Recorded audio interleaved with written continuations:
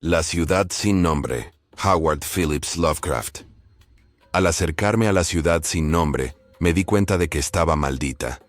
Avanzaba por un valle terrible reseco bajo la luna, y la vi a lo lejos emergiendo misteriosamente de las arenas, como aflora parcialmente un cadáver de una sepultura deshecha. El miedo hablaba desde las erosionadas piedras de esta vetusta superviviente del diluvio, de esta bisabuela de la más antigua pirámide, y un aura imperceptible me repelía, y me conminaba a retroceder ante antiguos y siniestros secretos que ningún hombre debía ver, ni nadie se habría atrevido a examinar. Perdida en el desierto de Arabia, se halla la ciudad sin nombre, ruinosa y desmembrada, con sus bajos muros semienterrados en las arenas de incontables años.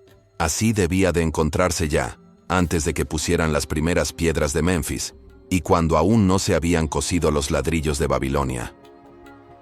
No hay leyendas tan antiguas que recojan su nombre o la recuerden con vida.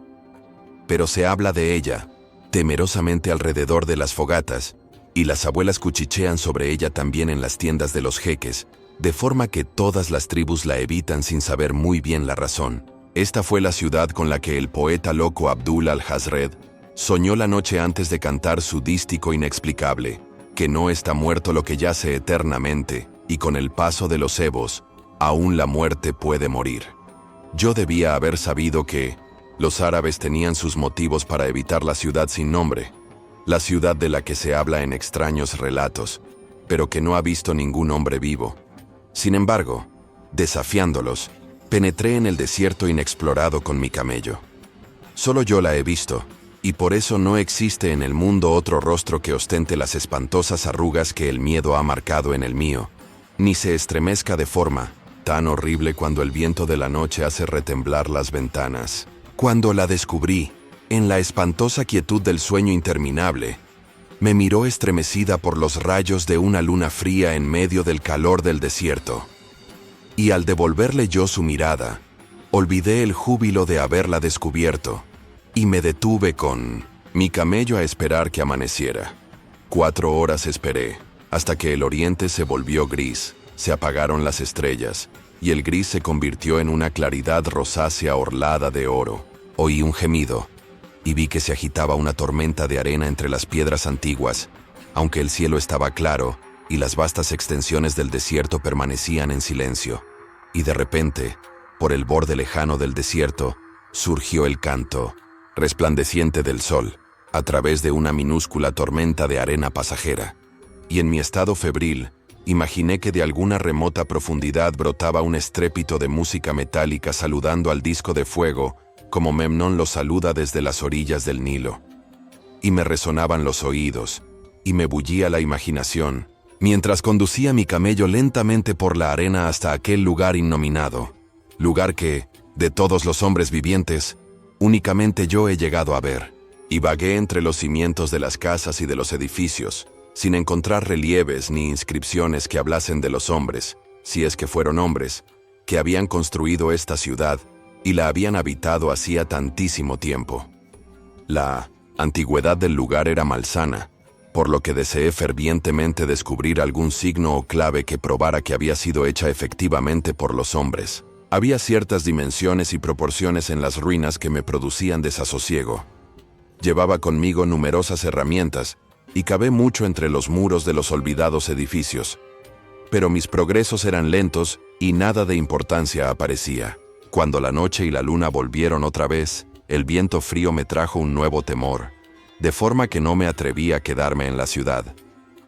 Y al salir de los antiguos muros para descansar, una pequeña tormenta de arena se levantó detrás de mí, soplando entre las piedras grises, a pesar de que brillaba la luna, y casi todo el desierto permanecía inmóvil.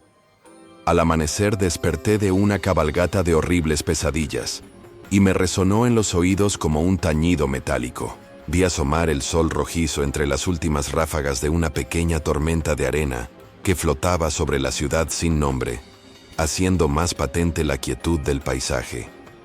Una vez más, me interné en las lúgubres ruinas que abultaban bajo las arenas como un ogro bajo su colcha, y de nuevo cavé en vano en busca de reliquias de la olvidada raza. A mediodía descansé y dediqué la tarde a señalar los muros, las calles olvidadas y los contornos de los casi desaparecidos edificios. Observé que la ciudad había sido efectivamente poderosa, y me pregunté cuáles pudieron ser los orígenes de su grandeza. Me representaba el esplendor de una edad tan remota que Caldea no podría recordarla, y pensé en Sarnath la predestinada, ya existente en la tierra de Mnar cuando la humanidad era todavía joven, y en Ib, excavada en la piedra gris antes de la aparición de los hombres. De repente, llegué a un lugar donde la roca del subsuelo emergía de la arena formando un bajo acantilado, y vi con alegría lo que parecía prometer nuevos vestigios del pueblo antediluviano. Toscamente talladas en la cara del acantilado, aparecían las inequívocas fachadas de varios edificios pequeños o templos achaparrados, cuyos interiores conservaban quizá numerosos secretos de edades incalculablemente remotas. Aunque las tormentas de arena habían borrado hacía tiempo los relieves que sin duda exhibieron en su exterior. Las oscuras aberturas próximas a mí eran muy bajas y estaban cegadas por las arenas, pero limpié una de ellas con la pala y me introduje a gatas, llevando una antorcha que me revelase los misterios que hubiese. Una vez en el interior, vi que la caverna era efectivamente un templo, y descubrí claros signos de la raza que había vivido y practicado su religión antes de que el desierto fuese desierto. No faltaban altares primitivos, pilares y nichos, todo singularmente bajo, y aunque no veía esculturas ni frescos, había muchas piedras extrañas, claramente talladas, en forma de símbolos por algún medio artificial. Era muy extraña la baja altura de la cámara cincelada, ya que apenas me permitía estar de rodillas. Pero el recinto era tan grande que la antorcha revelaba una parte solamente. Algunos de los últimos rincones me producían temor, ya que determinados altares y piedras sugerían olvidados ritos de naturaleza repugnante e inexplicable, que hicieron que me preguntase qué clase de hombres podían haber construido y frecuentado semejante templo. Cuando hube visto todo lo que contenía el lugar, salí gateando otra vez, ansioso por averiguar lo que pudieran revelarme los templos. La noche se estaba echando encima, pero las cosas tangibles que había visto hacían que mi curiosidad fuese más fuerte que mi miedo, y no huí de las largas sombras lunares que me habían intimidado la primera vez que vi la ciudad sin nombre. En el crepúsculo, limpié otra abertura, y encendiendo una nueva antorcha me introduje a rastras por ella, y descubrí más piedras y símbolos enigmáticos, pero todo era tan vago como en el otro templo. El recinto era igual de bajo, aunque bastante menos amplio, y terminaba en un estrecho pasadizo en el que había oscuras y misteriosas hornacinas. Y me encontraba examinando estas hornacinas cuando el ruido del viento y mi camello turbaron la quietud, y me hicieron salir a ver qué había asustado al animal.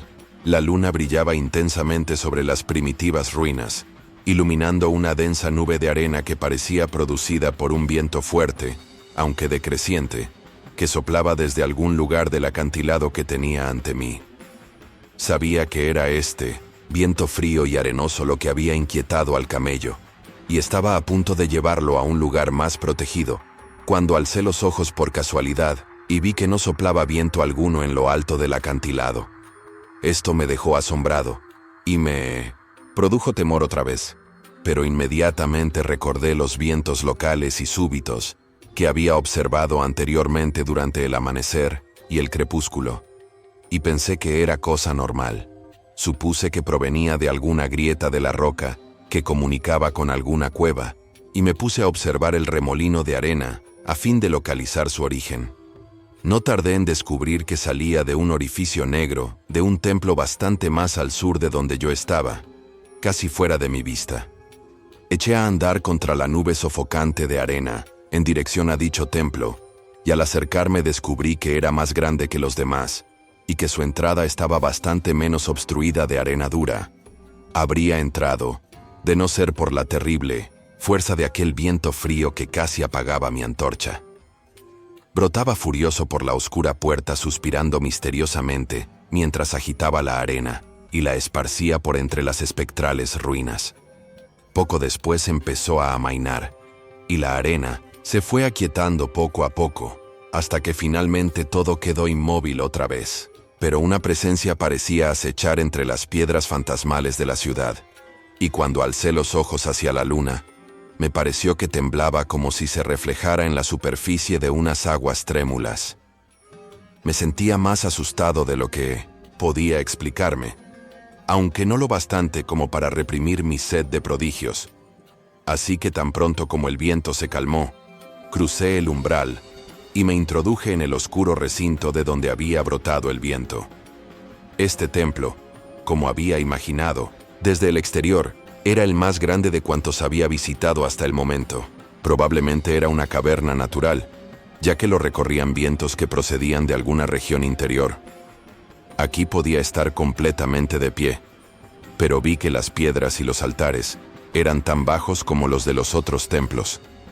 En los muros y en el techo observé por primera vez vestigios del arte pictórico de la antigua raza. Curiosas rayas onduladas hechas con una pintura que casi se había borrado o descascarillado. Y en dos de los altares vi con creciente excitación un laberinto de relieves curvilíneos bastante bien trazados. Al alzar en alto la antorcha, me pareció que la forma del techo era demasiado regular para que fuese natural, y me pregunté qué prehistóricos escultores habrían trabajado en este lugar. Su habilidad técnica debió de ser inmensa. Luego, una súbita llamarada de la caprichosa antorcha me reveló lo que había estado buscando: el acceso a aquellos abismos más remotos de los que había brotado el inesperado viento. Sentí un desvanecimiento al descubrir que se trataba de una puerta pequeña, artificial, cincelada en la sólida roca. Metí la antorcha por ella y vi un túnel negro de techo bajo y abovedado que se curvaba sobre un tramo descendente de toscos escalones, muy pequeños, numerosos y empinados. Siempre veré esos peldaños en mis sueños, ya que llegué a saber lo que significaban. En aquel momento no sabía si considerar los peldaños o meros apoyos para salvar una pendiente demasiado pronunciada.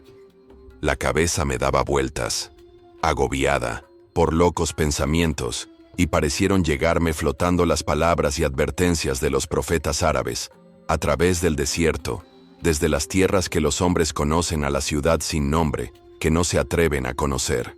Pero solo vacilé un momento, antes de cruzar el umbral y empezar a bajar precavidamente por el empinado pasadizo, con los pies por delante, como por una escala de mano. Solo en los terribles desvaríos de la droga o del delirio puede un hombre haber efectuado un descenso como el mío. El estrecho pasadizo bajaba interminable como un pozo espantosamente fantasmal, y la antorcha que yo sostenía por encima de mi cabeza no alcanzaba a iluminar las ignoradas profundidades hacia las que descendía. Perdí la noción de las horas y olvidé consultar mi reloj, aunque me asusté al pensar en la distancia que debía de estar recorriendo. Había giros y cambios de pendiente. Una de las veces, llegué a un corredor largo, bajo y horizontal, donde tuve que arrastrarme por el suelo rocoso con los pies por delante, sosteniendo la antorcha cuanto daba de sí la longitud de mi brazo. No había altura suficiente para permanecer de rodillas. Después, me encontré con otra escalera empinada, y seguí bajando interminablemente mientras mi antorcha se iba debilitando poco a poco, hasta que se apagó. Creo que no me di cuenta en ese momento, porque cuando lo noté, aún la sostenía por encima de mí como si me siguiera alumbrando. Me tenía completamente trastornado esa pasión por lo extraño y lo desconocido que me había convertido en un errabundo en la tierra y un frecuentador de lugares remotos, antiguos y prohibidos. En la oscuridad, me venían al pensamiento súbitos fragmentos de mi amado tesoro de saber demoníaco. Frases del árabe loco al-Asred, párrafos de las pesadillas apócrifas de Damasius y sentencias infames del delirante Image du Monde de Gautier de Metz. Repetía citas extrañas y murmuraba cosas sobre Afrasiab y los demonios que bajaban flotando con él por el Oxus. Más tarde, recité una y otra vez la frase de uno de los relatos de Lord Dunsany: la sorda negrura del abismo. En una ocasión en que el descenso se volvió asombrosamente pronunciado, repetí con voz monótona un pasaje de Tomás Moro, hasta que tuve miedo de recitarlo más. Un pozo de tinieblas, negro tomo un caldero de brujas, lleno de drogas lunares en eclipse destiladas. Al inclinarme a mirar si podía bajar el pie, por ese abismo, vi, abajo, hasta donde alcanzaba la mirada, negras paredes lisas como el cristal recién acabadas de pulir, y con esa negra pez que el trono de la muerte derrama por sus bordes viscosos.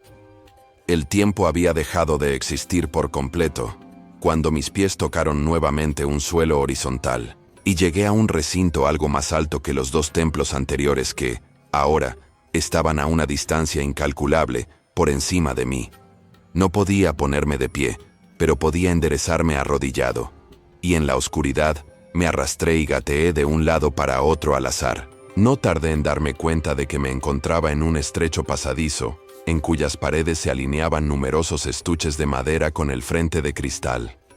El descubrir en semejante lugar paleozoico y abismal objetos de cristal y madera pulimentada me produjo un estremecimiento, dadas sus posibles implicaciones. Al parecer, los estuches estaban ordenados a lo largo del pasadizo a intervalos regulares, y eran oblongos y horizontales, espantosamente parecidos a ataúdes por su forma y tamaño. Cuando traté de mover uno o dos, a fin de examinarlos, descubrí que estaban firmemente sujetos. Comprobé que el pasadizo era largo y seguí adelante con rapidez, emprendiendo una carrera a cuatro patas que habría parecido horrible de haber habido alguien observándome en la oscuridad. De vez en cuando me desplazaba a un lado y a otro para palpar mis alrededores y cerciorarme de que los muros y las filas de estuches seguían todavía. El hombre está tan acostumbrado a pensar visualmente que casi me olvidé de la oscuridad, representándome el interminable corredor monótonamente cubierto de madera y cristal, como si lo viese. Y entonces, en un instante de indescriptible emoción, lo vi. No sé exactamente cuándo lo imaginado se fundió a la visión real, pero surgió gradualmente un resplandor delante de mí, y de repente me di cuenta de que veía los oscuros contornos del corredor y los estuches a causa de alguna desconocida fosforescencia subterránea. Durante un momento todo fue exactamente como yo lo había imaginado, ya que era muy débil la claridad. Pero al avanzar maquinalmente hacia la luz cada vez más fuerte, descubrí que lo que yo había imaginado era demasiado débil. Esta sala no era una reliquia rudimentaria como los templos de arriba, sino un monumento de un arte de lo más magnífico y exótico. Ricos y vívidos, y atrevidamente fantásticos dibujos y pinturas componían una decoración mural continua cuyas líneas y colores superarían toda descripción. Los estuches eran de una madera extrañamente dorada, con un frente de exquisito cristal, y contenían los cuerpos momificados de unas criaturas que superarían en grotesca fealdad los sueños más caóticos del hombre. Es imposible dar una idea de estas monstruosidades. Era de naturaleza reptil con unos rasgos corporales que unas veces recordaban al cocodrilo, otras a la foca, pero más frecuentemente a seres que el naturalista y el paleontólogo no han conocido. Jamás. Tenían más o menos el tamaño de un hombre bajo, y sus extremidades anteriores estaban dotadas de unas zarpas delicadas, claramente parecidas a las manos y los dedos humanos. Pero lo más extraño de todo eran sus cabezas, cuyo contorno transgredía todos los principios biológicos conocidos.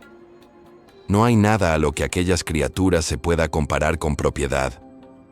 Fugazmente, pensé en seres tan diversos como el gato, el perro dogo, el mítico sátiro y el ser humano. Ni el propio Júpiter tuvo una frente tan enorme y protuberante. Sin embargo, los cuernos, la carencia de nariz y la mandíbula de caimán les situaba fuera de toda categoría establecida. Durante un rato dudé de la realidad de las momias, casi inclinándome a suponer que se trataba de ídolos artificiales, pero no tardé en convencerme de que eran efectivamente especies paleógenas que habían existido cuando la ciudad sin nombre estaba viva. Como para rematar el carácter grotesco de sus naturalezas, la mayoría estaban suntuosamente vestidas, con tejidos costosos y lujosamente cargadas de adornos de oro, joyas y metales brillantes y desconocidos. La importancia de estas criaturas reptiles debió de ser inmensa, ya que estaban en primer término entre los extravagantes motivos de los frescos que decoraban las paredes y los techos. El artista las había retratado con inigualable habilidad en su propio mundo, en el cual tenían ciudades y jardines trazados según sus dimensiones. Y no pude por menos de pensar que su historia representada era alegórica, revelando quizá el progreso de la raza que las adoraba. Estas criaturas, me decía, debían de ser para los habitantes de la ciudad sin nombre lo que fue la loba para Roma, o los animales totémicos para una tribu de indios. Siguiendo esta teoría, pude descifrar someramente una épica asombrosa de La ciudad sin nombre, la crónica de una poderosa metrópoli costera que gobernó el mundo antes de que África surgiera de las olas, y de sus luchas cuando el mar se retiró y el desierto invadió el fértil valle que la mantenía. Vi sus guerras y sus triunfos, sus tribulaciones y derrotas, y después, su terrible lucha contra el desierto, cuando miles de sus habitantes, representados aquí alegóricamente como grotescos reptiles, se vieron empujados a abrirse camino hacia abajo, excavando la roca de alguna forma prodigiosa, en busca del mundo del que les habían hablado sus profetas. Todo era misteriosamente vívido y realista, y su conexión con el impresionante descenso que yo había efectuado era inequívoco. Incluso reconocía los pasadizos. Al avanzar por el corredor hacia la luz más brillante, vi nuevas etapas de la épica representada, la despedida de la raza que había habitado la ciudad sin nombre y el valle hacía unos 10 millones de años. La raza cuyas almas se negaban a abandonar los escenarios que sus cuerpos habían conocido durante tanto tiempo, en los que se habían asentado como nómadas durante la juventud de la tierra, tallando en la roca virgen aquellos santuarios en los que no habían dejado de practicar sus cultos religiosos. Ahora que había más luz, pude examinar las pinturas con más detenimiento, y recordando que los extraños reptiles debían de representar a los hombres desconocidos, pensé en las costumbres imperantes en la ciudad sin nombre. Había muchas cosas inexplicables. La civilización, que incluía un alfabeto escrito, había llegado a alcanzar, al parecer, un grado superior al de aquellas otras inmensamente posteriores de Egipto y de Caldea, aunque noté omisiones singulares.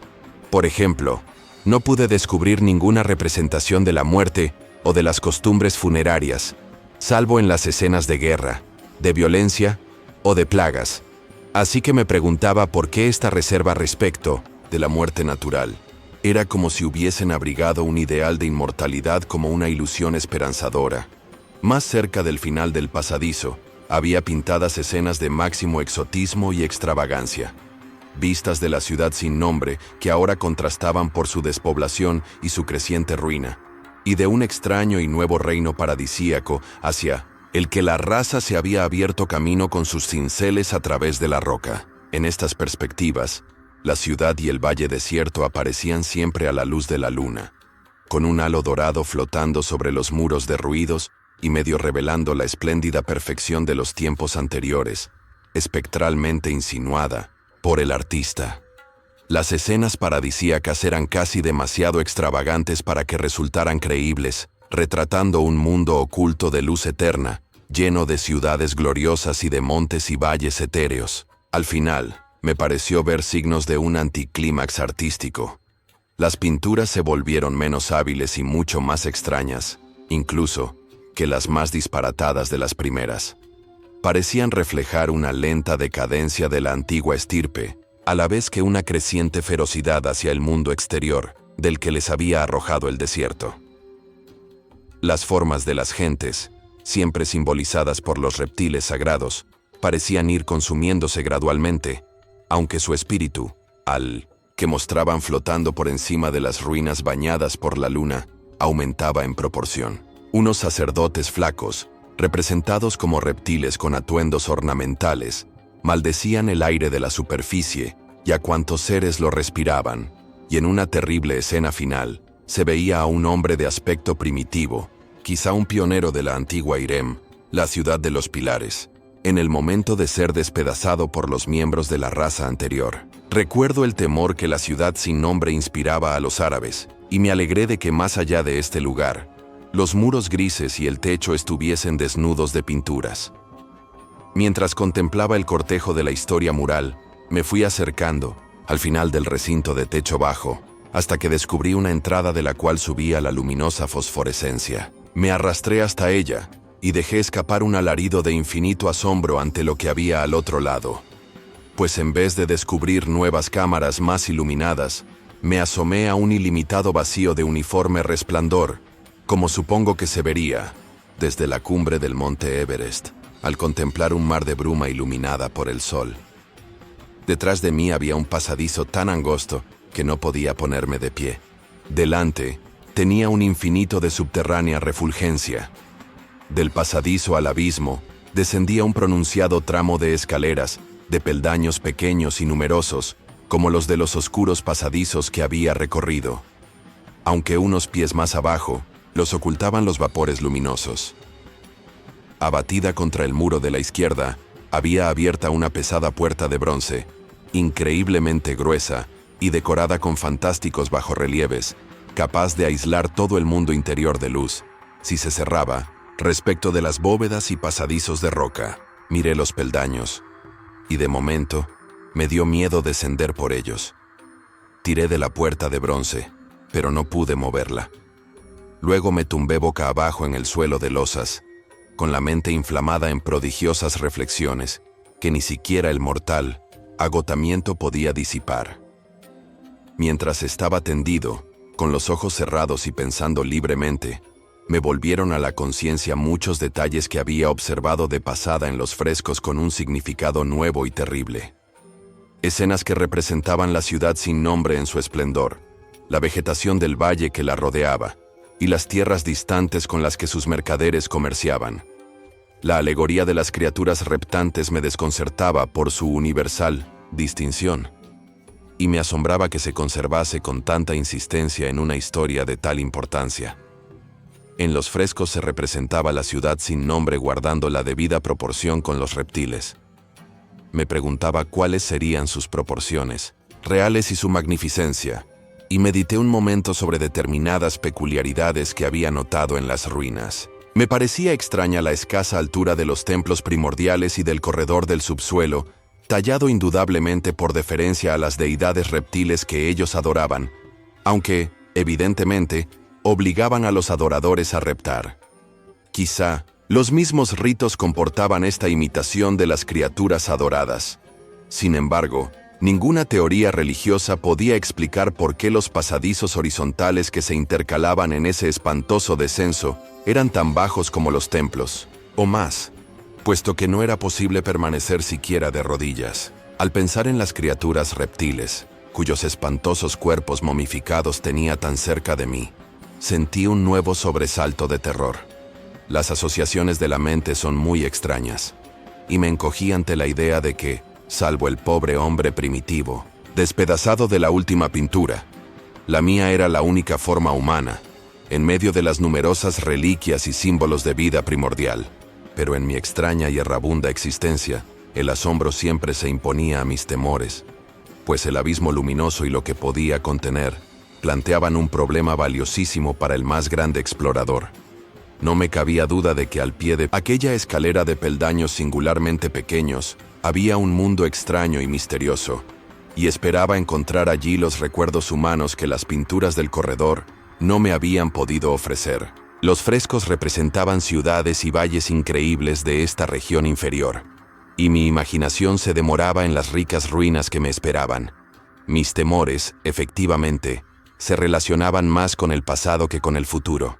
Ni siquiera el horror físico de mi situación en aquel angosto corredor de reptiles muertos y frescos antediluvianos, millas por debajo del mundo que yo conocía, y ante ese otro mundo de luces y brumas espectrales, podía compararse con el miedo que sentía ante la abismal antigüedad del escenario y de su espíritu.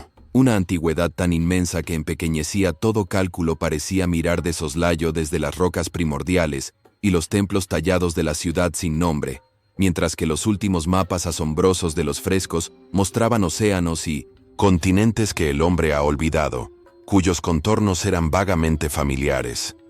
Nadie sabía qué podía haber sucedido en las edades geológicas, ya que las pinturas se interrumpían, y la resentida y rencorosa raza había sucumbido a la decadencia. En otro tiempo, Estas cavernas y la luminosa región que se abría más allá habían hervido de vida. Ahora, me encontraba solo entre estas vívidas reliquias, y temblaba al pensar en los incontables siglos durante los cuales dichas reliquias habían mantenido una vigilia muda y abandonada.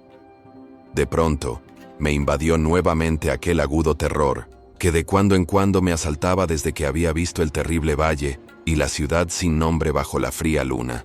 Y a pesar de mi cansancio, me sorprendí a mí mismo incorporándome frenéticamente y mirando hacia el oscuro corredor, hacia los túneles que subían al mundo exterior.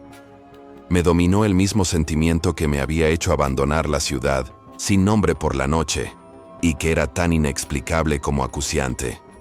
Un momento después, sin embargo, sufrí una impresión aún mayor en forma de un ruido definido, el primero que quebraba el absoluto silencio de estas profundidades sepulcrales. Fue un gemido bajo, profundo, como de una multitud lejana de espíritus condenados, y provenía del lugar hacia donde yo miraba. El rumor fue creciendo rápidamente, y no tardó en resonar de forma espantosa por el bajo pasadizo. Al mismo tiempo, tuve conciencia de una corriente de aire frío, cada vez más fuerte, idéntica a la que brotaba de los túneles y barría la ciudad. El contacto de ese viento pareció devolverme el equilibrio, porque instantáneamente recordé las súbitas ráfagas que se levantaban en torno a la entrada del abismo en el amanecer y el crepúsculo, una de las cuales, efectivamente, me había revelado los túneles secretos. Consulté mi reloj y vi que faltaba poco para amanecer, así que me preparé para resistir el vendaval que regresaba a su caverna, del mismo modo que había salido al atardecer. Mi miedo disminuyó otra vez, ya que un fenómeno natural tiende a disipar las lucubraciones sobre lo desconocido. Cada vez entraba con más violencia el quejumbroso y aullante viento de la noche, precipitándose en el abismo subterráneo.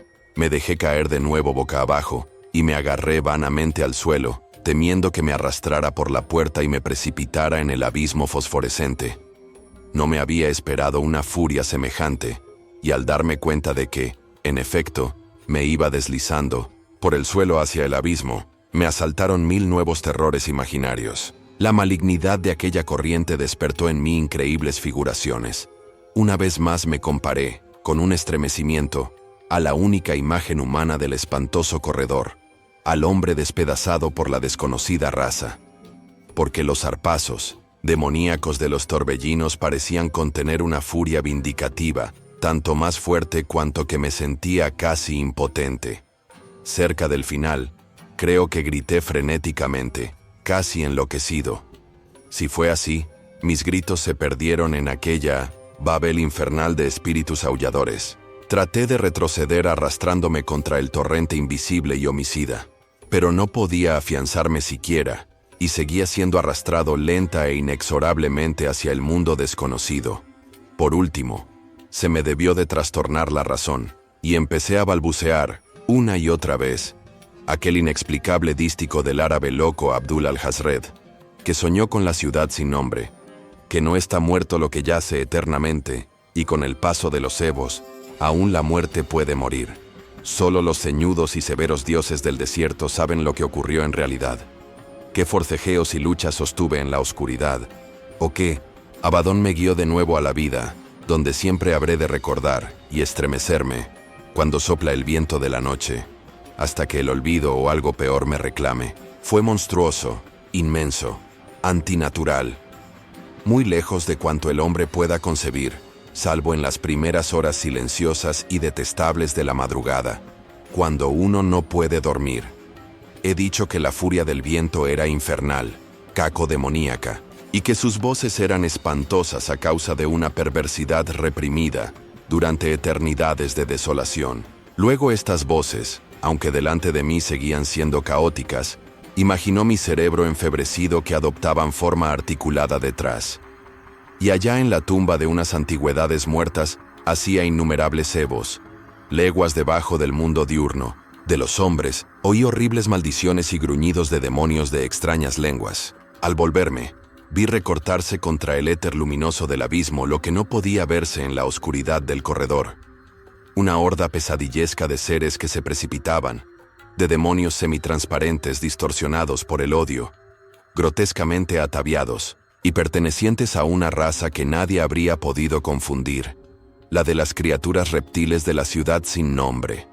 Cuando se calmó el viento, me envolvió la negrura más absoluta de las entrañas de la tierra, porque detrás de la última de las criaturas, la gran puerta de bronce se cerró de golpe con un estruendo ensordecedor de música metálica, cuyos ecos ascendieron hasta el mundo distante, para saludar al sol naciente, como lo saluda Memnón desde las orillas del Nilo.